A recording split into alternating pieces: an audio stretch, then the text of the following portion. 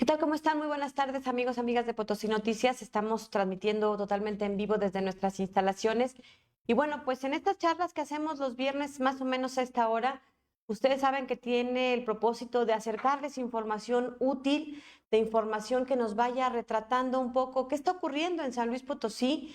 Y bueno, pues para eso tenemos a los protagonistas que están construyendo todas estas historias de vida que espero les podamos transmitir información en ese sentido. Y damos la bienvenida a nuestro invitado de hoy. Está con nosotros el doctor Sebastián Galán. Él es director de la Facultad de Psicología de la Universidad Autónoma de San Luis Potosí. Muy buenas tardes, gracias por aceptar la invitación, Muchas Sebastián. gracias por la invitación.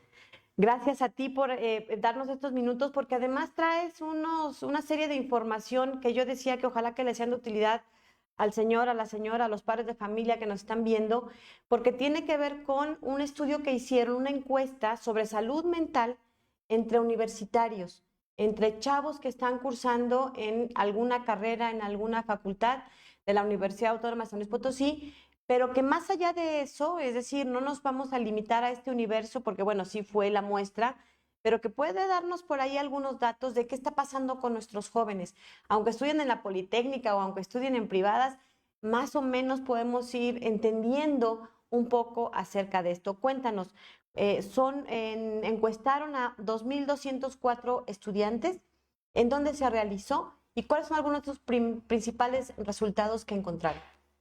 Bueno, esta encuesta buscó medir con instrumentos válidos y confiables diferentes elementos que consideramos que son salud mental. Normalmente se mide nada más ansiedad y depresión y se buscó que hubiera una muestra representativa de todas las facultades, de al menos un 10%, con 2.204 el panorama que nos da de cómo está la juventud universitaria. Además, aleatorizados nos permite acercarnos a una realidad, entre comillas. Este estudio nos arroja un diagnóstico que sí esperábamos, he de confesar, pero que es alarmante. Medimos ansiedad, depresión, estrés postraumático, eventos adversos durante la infancia, regulación emocional, TDA y autolesiones. Y autolesiones, una escala de autolesiones que nos permite también, arriba de cierto puntaje, pensar que pueden estar en algún riesgo grave, ¿no? En ese sentido, encontramos que 57% presenta algún síntoma de ansiedad, de leve a grave, es decir, algún síntoma no necesariamente nos vuelve alarmante, pero sí 57%. 60% depresión, 60 y tantos. 65% de nuestra población estudiantil no regula bien sus emociones. 15% se encuentran con autolesión de riesgo. ¿Qué es la autolesión? Danos un ejemplo, porque a lo mejor los papás no nos damos cuenta porque es muy escondidas, muy nomás entre sus pares, es decir, entre otros adolescentes, entre otros jóvenes. Y uno dice, no, hombre, mis hijos están normal, pero cuéntanos un poco qué es las autolesiones. Bueno, para esta escala no se limita al cutting, que es el más común, ¿no? Cuando nos cortamos, cuando nos quemamos, cuando nos golpeamos o golpeamos la pared, por ejemplo, es una manera de autolesionarse. También trata de abarcar ideas que ponen en riesgo, en donde la persona puede estar pensando en hacerse daño aunque no se lo haga. En ese sentido, vamos a tener conductas de riesgo, que esto va muy de la mano con la regulación emocional, son casi, pues sí, van muy juntas. Y estas conductas de riesgo pueden ser manejar a 180 kilómetros por hora, puede ser no mirar al cruzar la calle, puede ser aventarse, puede ser pararse En un precipicio, así al borde de un segundo piso o algo exacto. así. Ponerse en riesgo. Ponerse en riesgo. Y bueno, pues de este estudio nos preguntábamos qué es lo que influye, ¿no? Y encontramos, por ejemplo, que las personas que viven con la familia de origen tienen menos riesgo que quienes viven con un pariente o quienes viven sin ninguna persona familiar directa.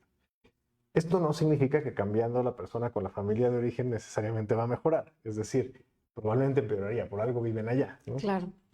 Pero también habla de la población foránea, ¿no? Que viene, viaja y que queda en una casa de asistencia, por ejemplo, y que pues se siente más sola, ¿no? Entonces aumenta elementos depresivos o ansiosos en ambos casos. La economía también, había diferencias significativas entre quienes se consideraron de nivel alto y bajo y medio bajo. Y esto también hace sentido porque vamos a tener más ansiedad y más posibles estados depresivos si tenemos mayor desesperanza.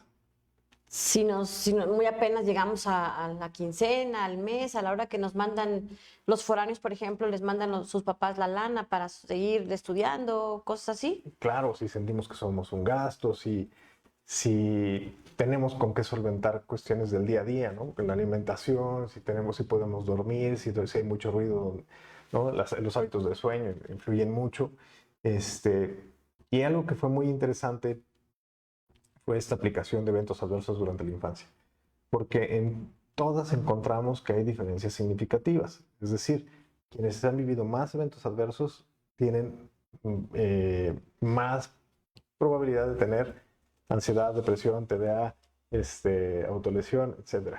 ¿Cuáles son algunos eventos adversos? Abuso sexual, violencia, tener miedo de tus padres, madres, haberte sentido atacado, violencia. ¿Algún abandono o algo Correcto. así? Entonces, esos son los eventos adversos, la escala se llama así, eventos adversos durante la infancia. Y esto, nos va a dar muchísimo material para ir profundizando en las variables, porque ahorita se presentó una cuestión descriptiva, es decir, porcentajes. Pero en algunos ejercicios comparamos las regiones y encontramos, por ejemplo, que en Huasteca Sur tienen considerablemente menos de todo que acá en la capital. Menos depresión, menos ansiedad, menos TDA, menos autolesiones. ¿A qué lo atribuyes? ¿Cómo nos lo podrías explicar para que lo entendamos las mamás? Yo creo que tiene que ver con que el nivel de exigencia de vida económica, de expectativas que se tienen en la capital es mucho mayor, y también que en una población más pequeña hay más lazos cercanos, más factores protectores, más posibilidad de visitar a una amistad, menos tecnología, inclusive falla mucho allá el internet. Y también la población es universitaria. En la capital hay mayor exigencia de estudios y hay una expectativa de llegar a la universidad. En cambio, en Huasteca Sur, yo pensaría que quienes llegan a la universidad tienen mayor apoyo familiar. Esta es una variable que tenemos planeado, para que no quede en hipótesis, profundizarla en futuros estudios, ya que el apoyo familiar, la cercanía, los lazos, el impulso que crean en ti, pues también ayuda a ser factores protectores, claro. Y además es una comunidad que se conoce, que se saluda. Todavía en Tamazunchale, por ejemplo, pues se conoce al señor de la carnicería, al del mercadito, al del hotel, en fin. Estamos hablando de que entonces estos estudios los hicieron en cada entidad académica, es decir, en Huasteca Sur, en el plantel que tienen en Tamazunchale, al que acuden gente de los municipios cercanos. Matlapa, Gilitla, no sé, donde tengan cobertura, ¿no? Son varios municipios. También en Valles y también en Altiplano Oeste y en Altiplano. Que es Matehuala uno, Salinas otro, en Río Verde también tienen un campus. Entonces de todos estos chicos empezaron a encontrar pues estas diferencias, ¿no? Que pues sí, por ejemplo en Tamazunchale, pues la comunidad arropa muchísimo más, y por eso estas cifras de que hay menos ansiedad, menos depresión, menos estrés, menos autolesiones, etcétera. ¿Qué otra cosa encontraron? Bueno, por ejemplo, hay menos regulación emocional en jóvenes que están en la prepa Matehuala. ¿A qué le llaman regulación emocional, por ejemplo? Controlar impulsos. Ok. Y esto también creo que tiene que ver con la inmediatez en la que vivimos ahora. Inclusive, si nos pusieran una computadora de las que usábamos hace 20 años, seguramente preferiríamos no usarla. Es decir, hemos aprendido a que todo tiene que ser ya rápido, WhatsApp, no nos dejamos, Bill Churhan le llama sociedad del cansancio, porque todo el tiempo estamos conectados y nunca tenemos espacios de silencio, de pausa, inclusive de reflexión. porque hay un reel, porque hay una llamada, Algo, un porque TikTok, un WhatsApp que tenemos que ver. nunca salimos del trabajo, nunca salimos de las demandas sociales. Y también, pues lo que vemos en redes son demandas no realistas, inclusive vidas no realistas, momentos no realistas. Y empezamos a pensar también que a lo mejor lo estamos haciendo mal porque vemos a gente feliz y nosotros no estamos tanto. Y algo que podría explicar, porque en algunas entidades se llega hasta el 80% de síntomas depresivos, es decir, 2 de cada 10 están bien. ¿En dónde fue eso, por ejemplo? En la Facultad de Psicología, por ejemplo, Ingenierías, no, seguramente, ¿no? ingeniería está mejor, en ciencias de la comunicación son los que más se parecen, y pensamos que tiene que ver también que escuchamos, con que los que hacen reportaje, quienes están en contacto con cómo está la realidad social. Eh, y obviamente elegimos estas carreras por necesidades también personales. Sí, por una vocación más humanista, nos preocupamos más por eso. Y Más los sensible. ingenieros están más en su rollo de números y de datos y más fríos, pensaría uno. Y efectivamente, las carreras de humanidades pues tienen tienen a las personas un poco más sensibles frente a estos temas. Justo, por ejemplo, quienes también salen bajos en la capital es agronomía. Y pensamos, bueno, pues puede ser por eso, porque hay un contacto más con el campo, con los Con la animales, con la naturaleza. naturaleza, con menos pantallas. Este tema pues, todavía no lo podemos demostrar, pero hicimos otra investigación con Miguel Cisneros, que todavía no terminamos, pero encontramos que había más vacío en personas que tenían mayor uso de redes sociales. Entonces, el vacío, la regulación emocional y otros elementos son importantes para ciertos diagnósticos. No estamos culpando a las redes, porque en realidad estamos echando de menos el vínculo cercano, la empatía, la posibilidad de saber que tenemos ideas distintas, pero eso no nos enemista, el tiempo que pasamos sin mediadores de pantallas. No, la tecnología igual que cambiar si me voy a agronomía ahorita me inscribo, no me va a bajar Tu nivel de índices. ansiedad o de depresión si no te desconectas de los dispositivos. Exacto. Y entonces esa posibilidad de regular las pantallas, de regular la inmediatez, de inclusive poder hablar de nuestras emociones, requiere de tiempo y creemos que parte de lo que sigue es investigar esto, ¿no? Los apoyos familiares, las redes de apoyo, los apegos, hay una escala que se llama People in My Life o la gente en mi vida, y ve las diferentes formas en que te relacionas y estamos seguros que vamos a encontrar ahí factores protectores que permiten que sea estos posibles, porque no son diagnósticos, posibles diagnósticos más llevaderos. Ahora, en gran medida, tendríamos que pensar también o cuestionar qué tanto ya lo que llamamos normal tiene algo de ansioso y algo de depresivo. Pensábamos en la violencia, ¿no? En la inseguridad. Quien ahora no tenga cierto grado de previsión del futuro, de ansiedad, corre riesgos, porque estuvimos en algún momento en ranking de las ciudades más violentas del mundo, San Luis Potosí, y la realidad es que no está segura ya salimos del ranking de las más violentas del mundo, y en cifras oficiales. Eso también es importante. Entonces, el contexto social, pues es un contexto de riesgo. México sigue teniendo la primera, segunda, tercera, bueno, varias de las primeras 10. Y si bien cambia de una ciudad a otra, no tanto. Si hay algunas a las que no visitamos. Entonces, la economía también, la red de apoyo, el contexto social, son elementos que hacen que tengamos, y las nuevas tecnologías que hacen que tengamos mayores indicadores. Ahora, los hábitos del sueño y la ansiedad van muy de la mano. Estamos muy ansiosas, no dormimos bien, pero también si no dormimos bien vamos a estar muy ansiosas. Y es un círculo vicioso. Correcto. Y las pantallas también hacen que las personas no duerman las 8 horas que deben dormir al menos. Ciertos elementos que pensé también, habría que ver si las personas que contestaron estaban con rasgos depresivos o en duelo, porque también entre más asesinatos, entre más elementos De de violencia. violencia, pues también vamos a tener muchas personas preocupadas, ¿no? Y en procesos de duelo que se parecen a los estados depresivos. Pensemos que la depresión, de sus elementos que podemos así como identificar rápido, es cuando las personas dejamos de hacer lo que nos gustaba hacer. Este es un punto clave. Si vemos que de pronto teníamos una hija, un hijo que le dicen de pata de perro, ¿no? Y de pronto ya no quiere salir, pues allá hay un indicador. Eh, las cuestiones ansiosas se ven en la palpitación, sudoración de las manos, inclusive hay algunos elementos de arrancarse el cabello, O de estar moviendo todo el tiempo, ¿no? La pierna, la mano. Y uno dice, pues, ¿qué le pasa? Estás en, no sé, en alguna sala de espera o en misa, no sé, en algún lugar público, social, y los chavos están, bueno, los chavos y los grandes, ¿verdad? Todo el mundo ya andamos medio ansiosos siempre.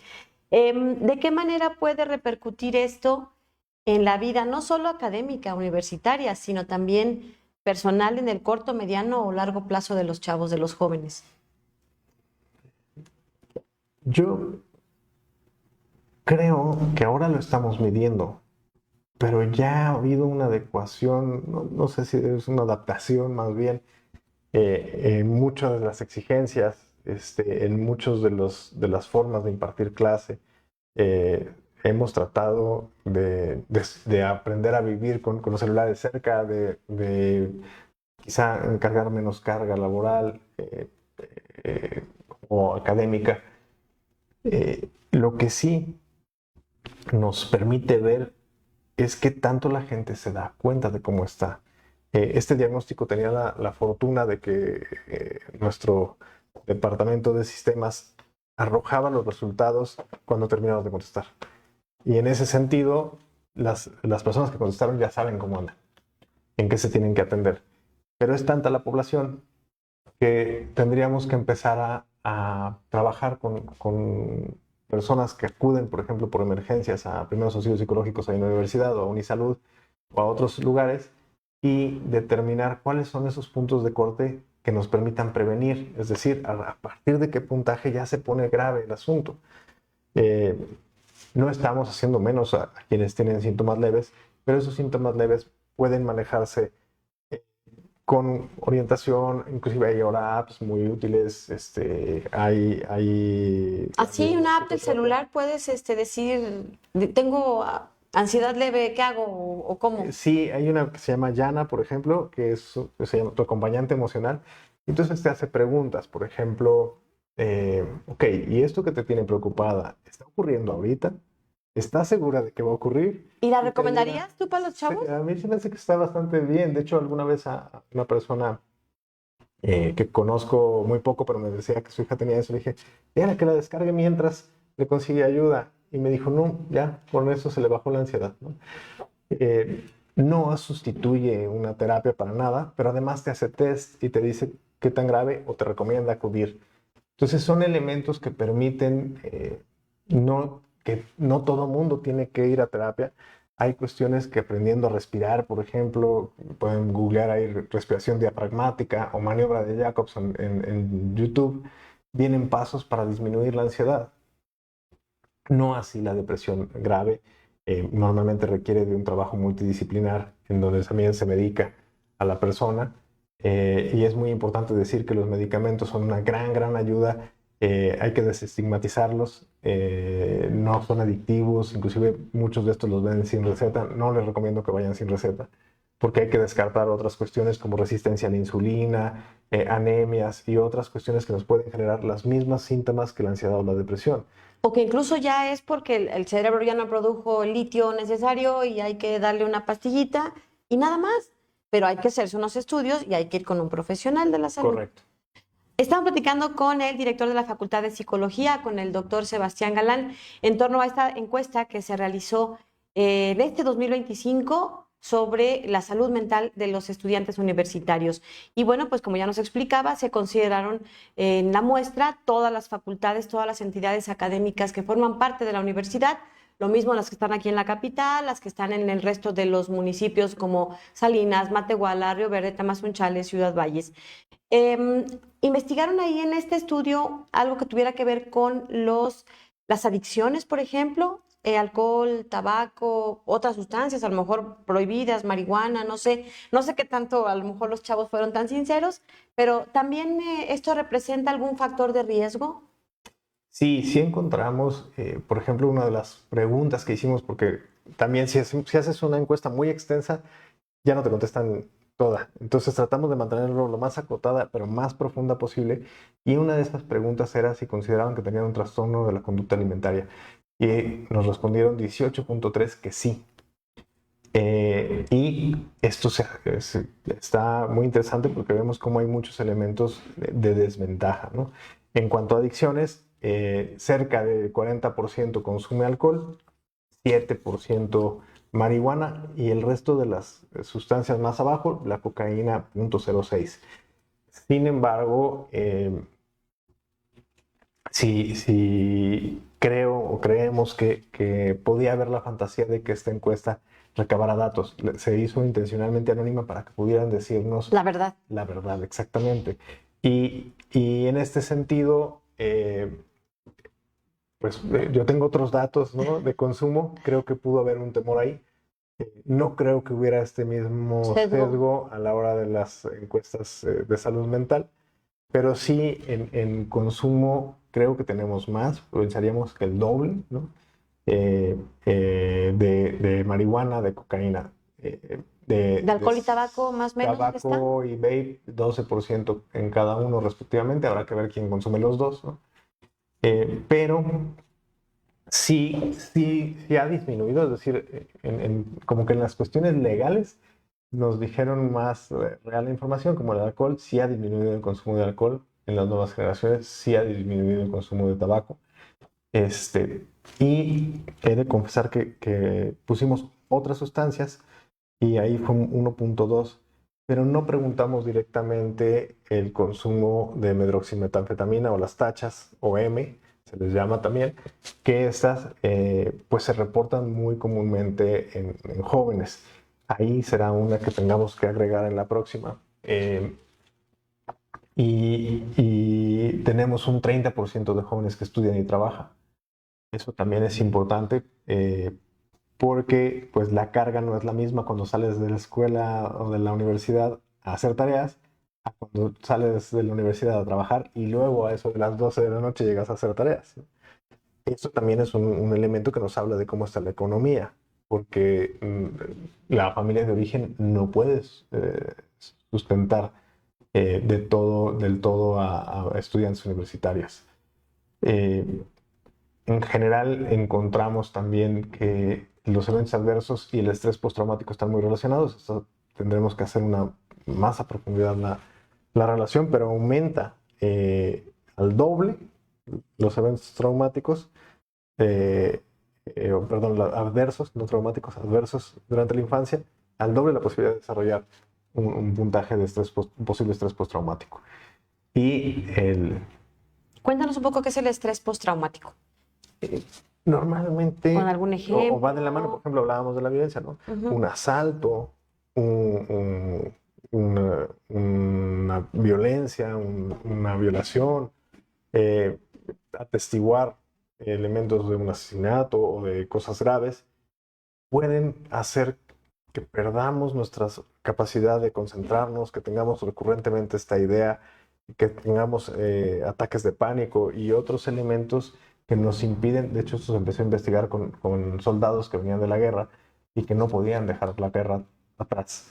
En ese sentido, hay ciertos eventos que nos pueden marcar y en el último CIE 11 nos dice que hay un estrés postraumático complejo, que es cuando se vivieron muchas cosas reiteradas y entonces se vuelve no un evento, sino una serie de eventos los que se están constantemente evocando en la mente.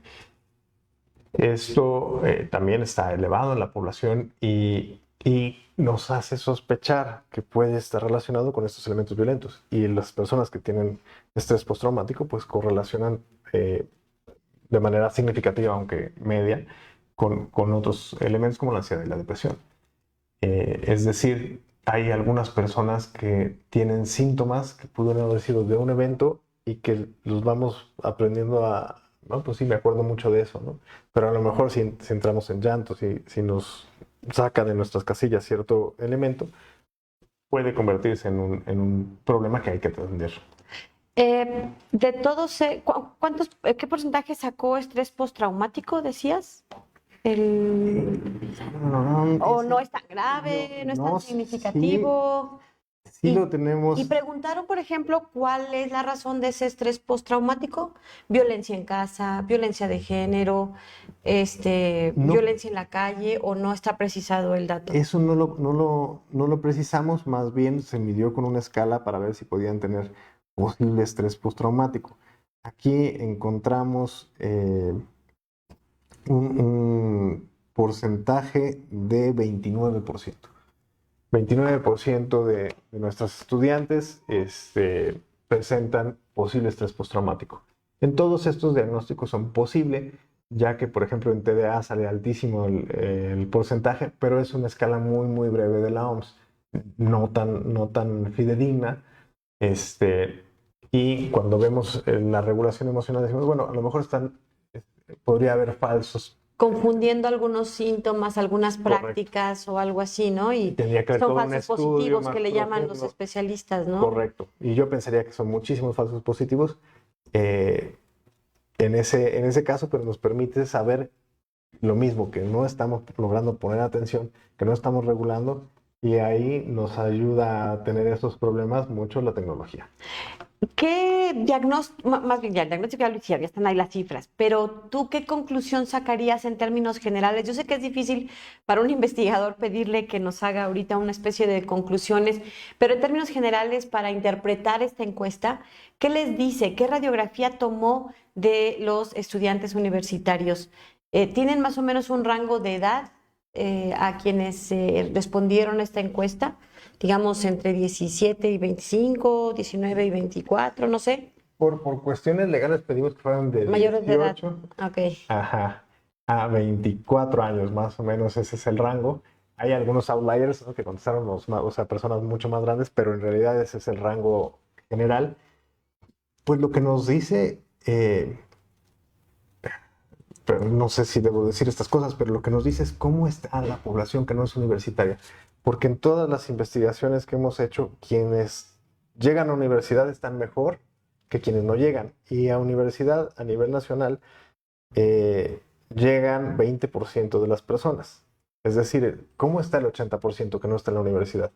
Esta es nuestra población que está bien. Que de alguna manera tiene ciertos privilegios porque ya llegó a un nivel educativo mayor que teóricamente le va a dar más herramientas para defenderse de la vida en términos generales, no solo en lo económico, sino en lo social, en lo político, en lo personal, en lo familiar.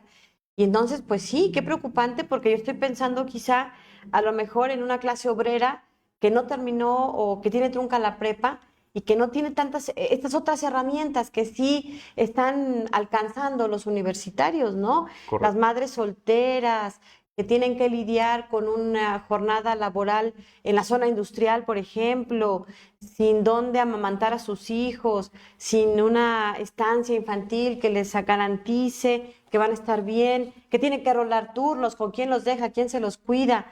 ¿Qué más nos puede decir esta encuesta? Nos dice también que el esfuerzo que pone una persona universitaria para probar y para salir adelante, pues es cuesta arriba, ¿no? Que quienes no se sientan identificadas con estos síntomas, quienes crean o quienes no les salió ninguna ventanita, ¿no?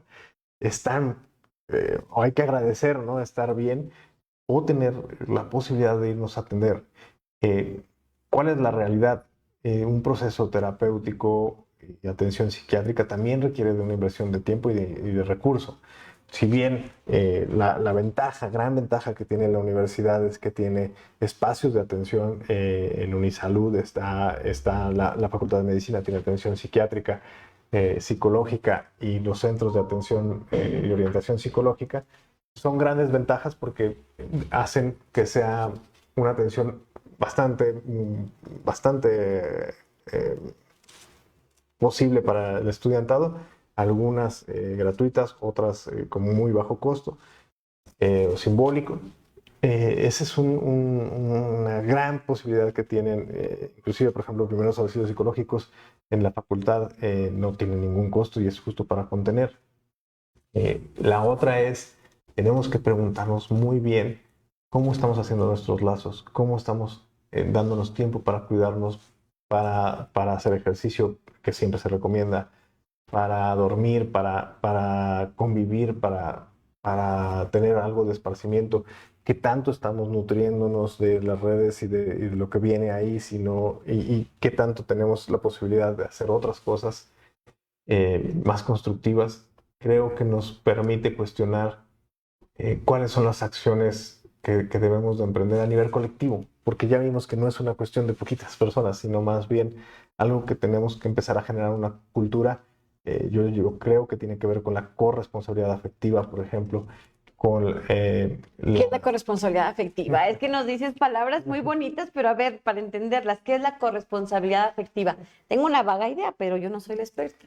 Bueno, la corresponsabilidad afectiva es esta posibilidad de saber que somos responsables de cómo hacemos sentir a las otras personas y de cómo hacemos nuestro entorno, de cómo nos dirigimos entre nosotras, de cómo construimos una sociedad, cuando menos una sociedad universitaria, pero la idea es que fuera toda la sociedad en la cual tratamos de no pasar por encima de las otras personas. Estamos hablando de valores en el fondo, pero valores que tienen que ver con unidad, con empatía, con compasión, que son muy, muy necesarios para hacer amistades. Ya no digamos con todo el mundo, cuando menos cómo estamos relacionándonos con las personas que pensamos que queremos o que queremos, y si eso que estamos ofreciendo en los vínculos permite que la otra persona sea ella misma, que difiera de mí, que tengamos en el fondo la confianza de que a veces podemos estar a disgusto, pero eso no significa que nos dejemos de querer, que cometemos errores, ¿no? Estos elementos clave, y poder reconocer cómo estamos viendo el mundo, porque también mucho de lo ansioso viene por pensamiento catastrófico, viene por eventos que pensamos que se van a repetir y que tenemos que desafiar nuestras ideas para que no nos lleven a estados de desesperación. Es que nos damos como a todos los extremos, ¿no? O somos muy catastrofistas o al otro extremo, no sé, pensar que pues todo está bonito y en realidad vamos ahí como acumulando todo lo demás hasta que nos hace crisis y pues explotamos. Hay posibilidades entonces, por ejemplo, en la Facultad de Psicología, ¿qué alternativas de atención tienen? Decías ahorita los primeros auxilios psicológicos, ¿dónde se toman? ¿Dónde hay que hablar? ¿Cuánto cuestan? ¿A dónde hay que ir? Bueno, los primeros auxilios psicológicos están ahí en la facultad, en el edificio F. Tenemos el Centro de Neurocognición y Memoria que hace evaluaciones neurocognitivas. Ahí sí podríamos saber si hay TDA de verdad o no.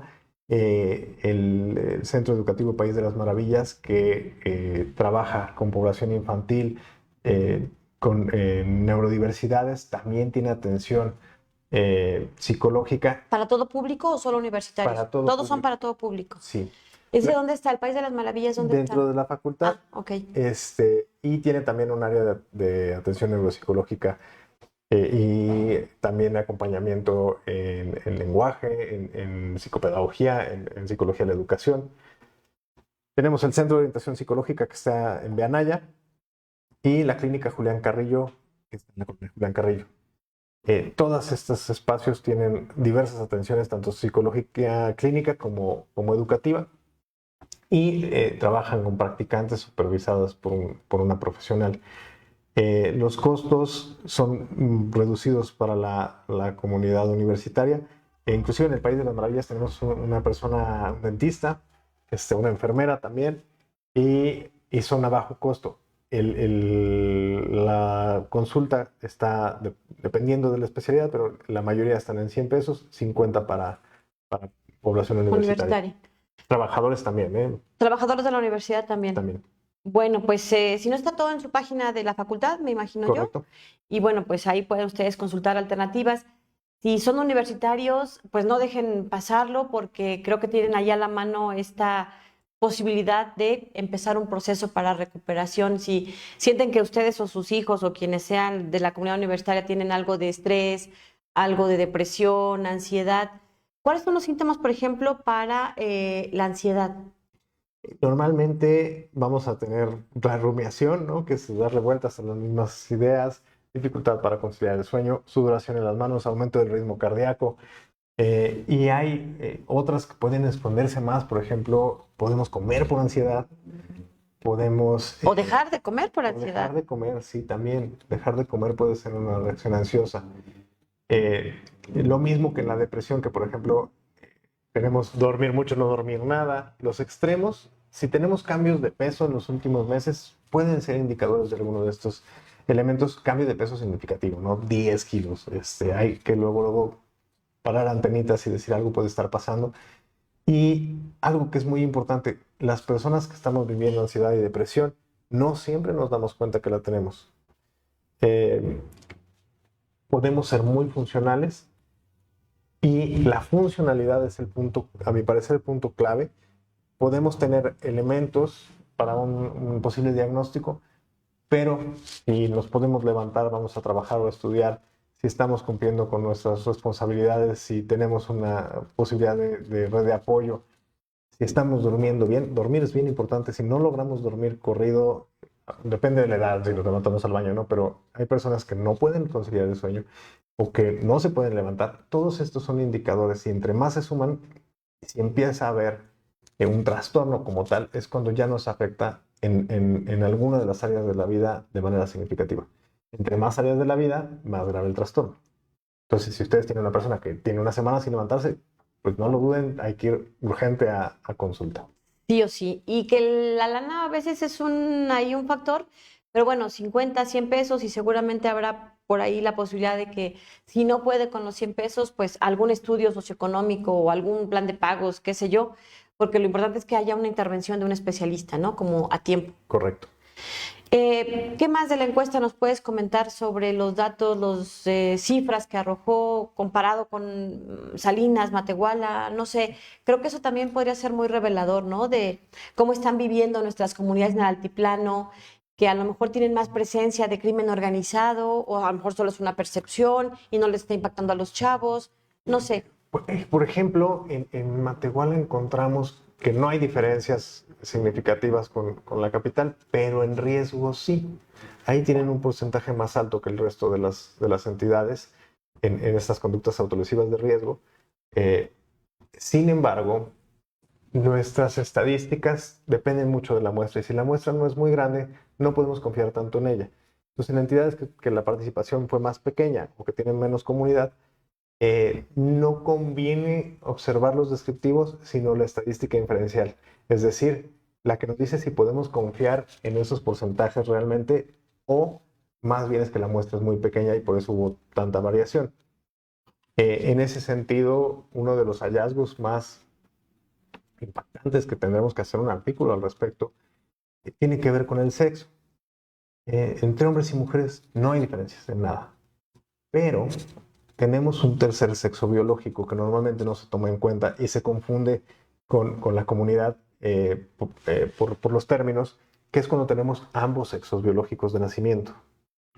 Y estas personas, que son muy poquitas, una de cada 1000, a veces no se han visibilizado y encontramos que estas personas la están pasando más mal, significativamente. Es decir, también las cuestiones físicas pueden llevarnos a unas psicológicas. En este sentido, encontraremos también que tenemos que acompañar e incluir y cada vez considerar más en nuestro panorama científico, ¿no? y social que hay personas que nacen con ambos sexos. Y ¿Una de cada 1000 decías la estadística? ¿Tienen algún nombre estas personas? O... Intersexuales. ¿Así se les llama? Intersexuales es el término. ¿Y biológicamente tienen aparato reproductor de hombre y de mujer? ¿O cómo está eso? No lo había escuchado honestamente. Correcto. Y así están de nacimiento, lo cual nos lleva, y eso todavía no hacemos las estadísticas a las identidades de género, pero, por ejemplo, si tienen más desarrollado un órgano que el otro, podría la familia asumir que pertenece a cierta identidad que no necesariamente. Y entonces les crían como hombres y a lo mejor se identifican más como mujeres. Eh, y esto pues hace que tengan un reto más de salud mental, un reto más de socialización y de búsqueda de identidad, ya no de género, sino de identidad como el yo, ¿no? Cómo desarrollamos quién soy yo. Eh, y bueno, en todos los indicadores salen más altos o más altas. En este sentido, tenemos, o podríamos decir que necesitamos cada vez hacer más estudio, más inclusión, más conocimiento de la población y tenemos que decirlo, hay también elementos protectores, ¿no? Como el arte, como, como el ejercicio, como inclusive tener un cuerpo completo, no tener discapacidades. Son elementos protectores que permiten o que nos permiten saber que las redes de apoyo, la red universitaria e inclusive las adecuaciones que debemos hacer en las aulas y en la socialización interna de las aulas es muy, muy importante para proteger nuestra salud mental. La fantasía o la expectativa es repetir y aumentar el año que sigue y también llegar a posgrados, por ejemplo, a nuestras Hacer este docentes, estudio en posgrados, en docentes maestros. administrativas, personal de apoyo, es decir, toda la uni, porque también algo que es muy importante decir es que porque seamos docentes no nos exime de tener problemas en salud mental. Claro, nadie sabe cómo está a lo mejor por ahí en casa, qué broncas traemos, en fin. ¿Este estudio lo hacen cada año o no lo hacían la primera vez que se hace? Es ¿Cómo la está? primera vez que se hace y debemos decir orgullosamente que fue la primera de las universidades autónomas que aprobó en su consejo directivo el estudio y podría apostar que en ese mismo sentido la primera que presenta este resultado descriptivo ante su consejo directivo y su comunidad. La grabación del total de los resultados está ahí en el YouTube de la universidad.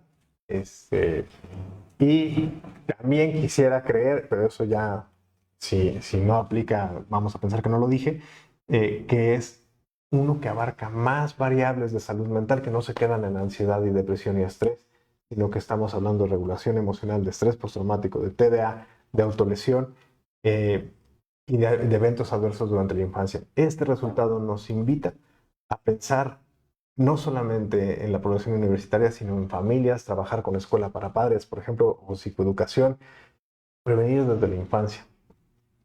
Porque en la universidad vamos a tener que dar atención psicológica, psiquiátrica, pero en las infancias podemos hacer muchas más cosas que van a fortalecer y que van a combatir o prevenir el desarrollo de posibles trastornos en la edad adolescente o adulta.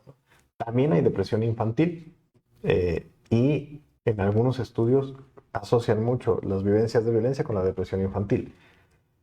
Pero entre más jóvenes somos, más herramientas podemos adquirir, más historias alternativas podemos crear, más podemos acompañar de manera oportuna.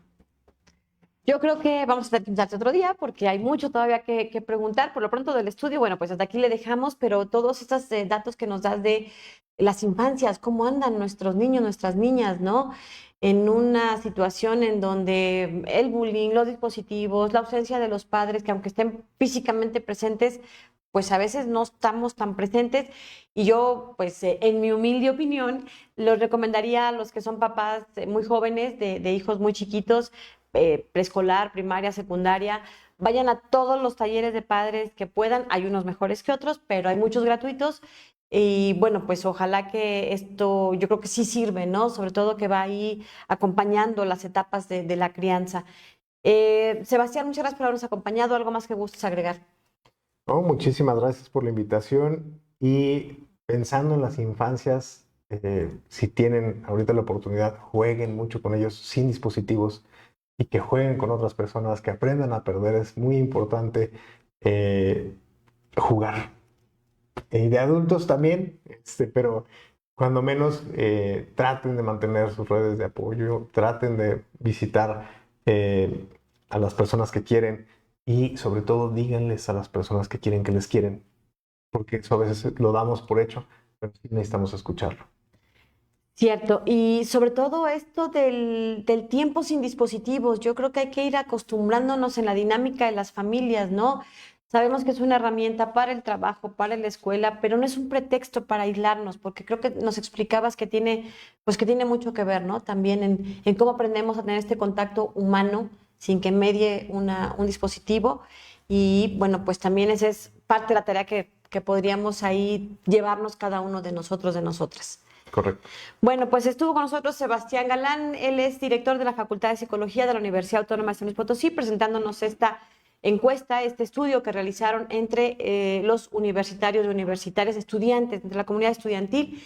Y bueno, pues qué proyecto tan ambicioso que ojalá que se pueda concretar, que se amplíe, ¿no? A administrativos, personal docente, etcétera. Porque bueno, pues creo que son nos da una radiografía de cómo anda nuestra sociedad. Gracias, muy buenas noches. Y a ustedes gracias por acompañarnos. Aquí lo vamos a fijar para que lo pueda revisar con calma, compartir. Y bueno, pues aquí los vamos leyendo sus opiniones. Gracias por habernos acompañado. Soy Lidia Huache. Pásela bien. Hasta la próxima.